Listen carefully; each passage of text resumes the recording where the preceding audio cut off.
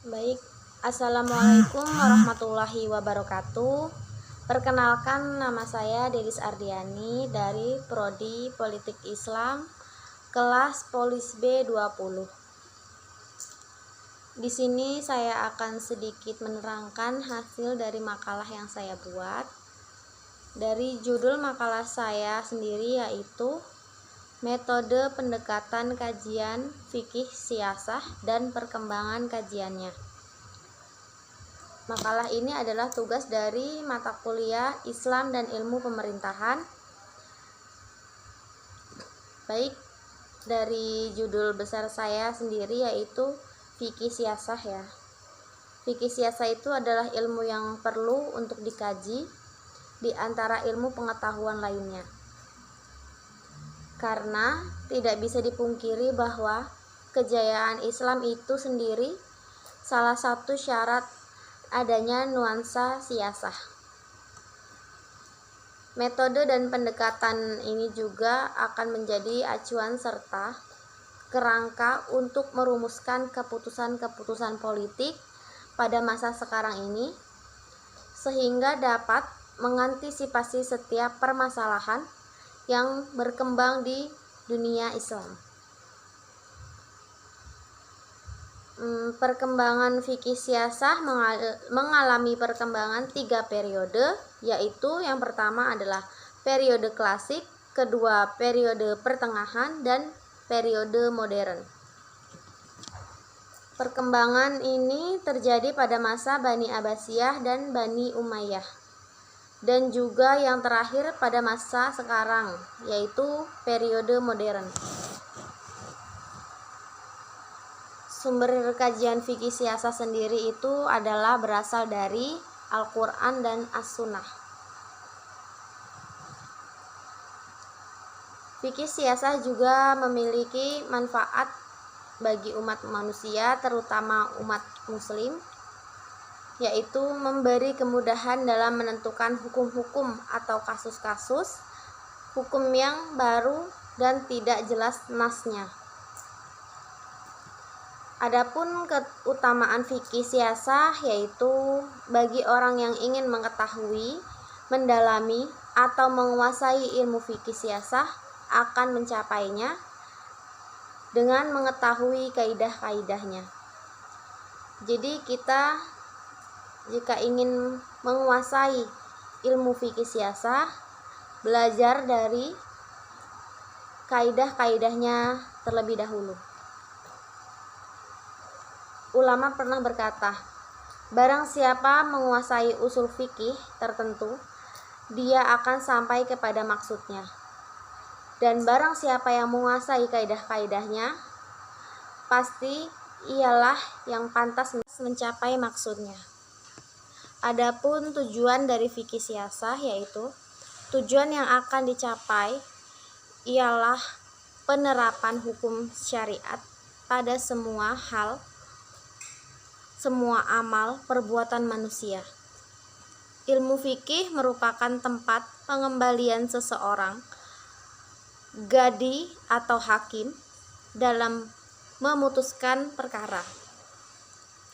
Seorang mufti dalam memberikan wafta atau fatwa, dan setiap orang mukallaf dalam mengetahui hukum-hukum syariat pada segala tindak dan tutur katanya.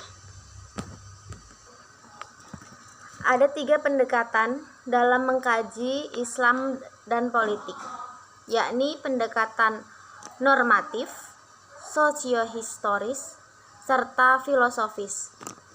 Pendekatan normatif diasumsikan bahwa memahami kajian pokok politik dalam Islam tidak bisa dilepaskan dari disiplin yang sangat dominan,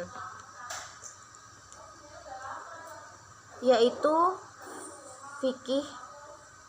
Namun tidak bisa disangkal bahwa kajian politik dalam sejarah Islam dengan menjadikan fikih sebagai optiknya tidak bisa dilepaskan dari bidang yang lain, yakni teologi.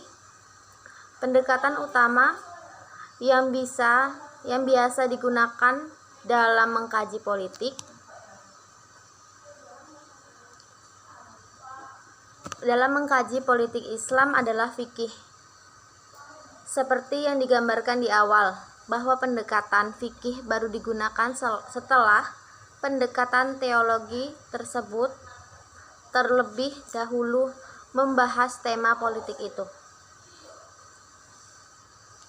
Seperti dijelaskan sebelumnya, objek kajian fikih siasah adalah tentang hubungan antara pemerintah dan masyarakat dalam upaya menciptakan kesejahteraan dan kemaslahatan bersama. Hubungan ini meliputi masalah-masalah kebijakan perundang-undangan, hubungan luar negeri dan masa damai dan masa perang, serta kebijaksanaan keuangan dan monitor. Sebagai suatu cabang ilmu yang berdiri sendiri, kajian fikih siasah tentu memiliki metodologi dan pendekatan ilmiah. Dengan metode-metodenya, kita dapat menilai pemikiran-pemikiran dan praktik kenegaraan yang pernah berkembang sepanjang sejarah Islam. Di samping itu, metode dan pendekatan ini juga akan menjadi acuan serta kerangka untuk merumuskan keputusan-keputusan politik masa kini, sehingga bisa mengantisipasi setiap permasalahan yang berkembang di dunia Islam. Dari perjalanan hijrah Rasulullah ke Madinah, penyusunan Piagam Madinah, pembentukan pembendaharaan negara, pembuatan perjanjian perdamaian, penetapan imamah, taktik pertahanan negara dari serangan musuh yang lainnya, pembuatan kajian bagi kemaslahatan masyarakat, umat, dan bangsa. Kemudian pada masa itu, semua dipandang sebagai upaya-upaya siasah dalam mewujudkan Islam sebagai ajaran yang adil, memberi makna bagi kehidupan dan memberi rahmat bagi seluruh alam. Semua proses tersebut merupakan langkah awal berkembangnya kajian fikih siasah,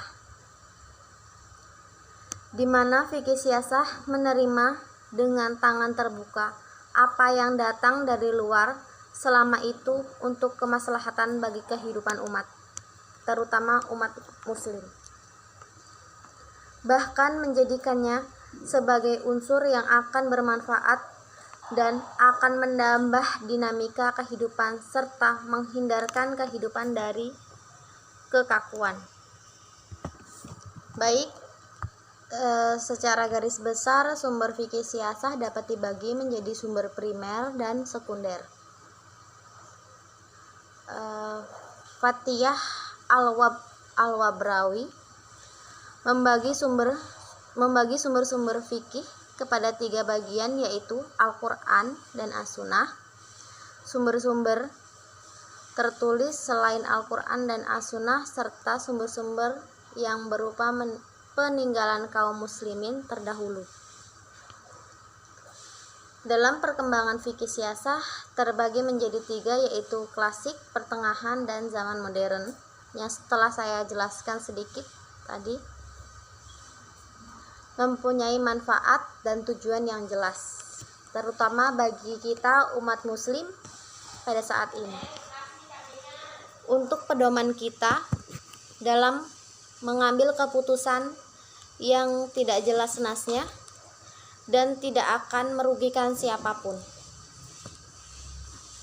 Mungkin cukup sekian dari saya. Hanya itu yang dapat saya sampaikan, dan saya mohon maaf apabila banyak kesalahan karena saya masih dalam tahap belajar. Pada Allah saya mohon ampun. Wabillahi taufiq wal hidayah. Wassalamualaikum warahmatullahi wabarakatuh. Dan terima kasih.